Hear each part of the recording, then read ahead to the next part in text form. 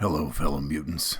This Copper and Gear Friday, I'd like to show off my copper ring and a couple of other decorative copper items, along with some nice outdoor solar tech you might find useful for the apocalypse.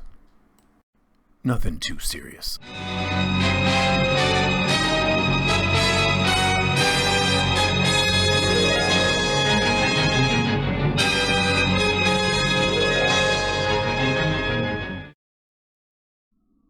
So, as you can see here, I've got my gear and copper all spread out across my fire pit. I just wanted to talk today about a few items. Wearable copper is something I had mentioned in one of my previous videos. And here's a nice ring that I picked up from eBay from Iron Forge Coinworks.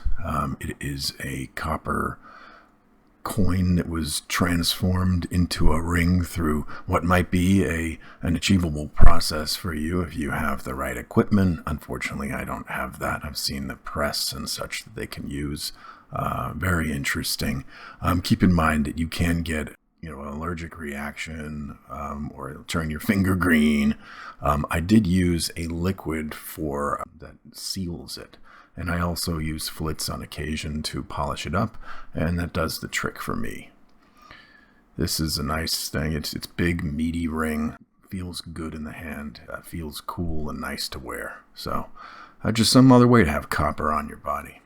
Another little thing I have here is a decorative item that you can just use as a paperweight or anywhere you want in your home. Is obviously an Easter Island Moai, I think that's how you pronounce it, head, replica style, just poured from copper, pretty simple. This is something that maybe you could do if you pour copper yourself and you've got a nice mold, you're skilled in crafting molds. And here again is a copper wire, which you can wrap around tumbled stones or anything that you could even wrap it around a coin potentially if you've got the wrapping techniques, although I think that might end up looking a little rough. The stone idea though, that's well documented out there. You'll need to polish these things up a little bit. Oh, and by the way, on the wire, make sure that you don't get colored aluminum if you really want copper. One thing that's interesting about polishing up these rings and items though is no matter how many times you polish them, with one of these Otis Gun Care fibercloth towels, for example. The same goes for my knives.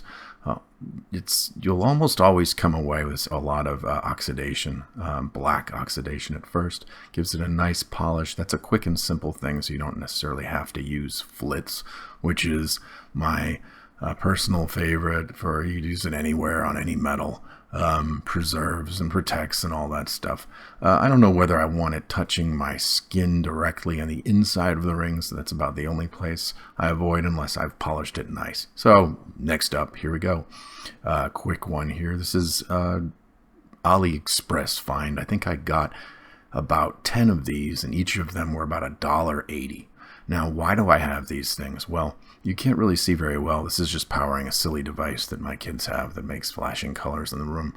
But I'm also got an O-Night light, and with an extension cable, an extension USB cable that runs, you can actually power these lights from a distance inside a darker area. So you might say, well, why do I need a light if it's the middle of the day and the solar's not going to work unless it's the middle of the day?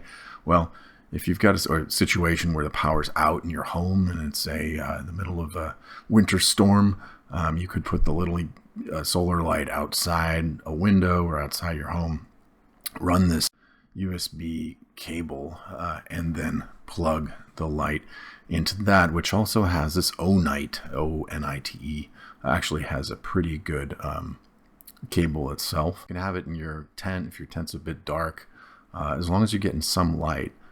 These little solar panels are good, and they're also good for the little silly devices that your family will want to charge up, the phones, the game machine devices in the middle of a power outage. Nice little post-apocalyptic prep, I think. No batteries required. Perhaps most importantly, these solar panels contribute to preventing my backup batteries like my Jackery Explorer or this Alway power station from being used by such devices, so I can keep my primary batteries full and ready for more critical use. Of course, they have their own solar panels, but that's for another video. Until next time, this is Copper Mutant, signing out.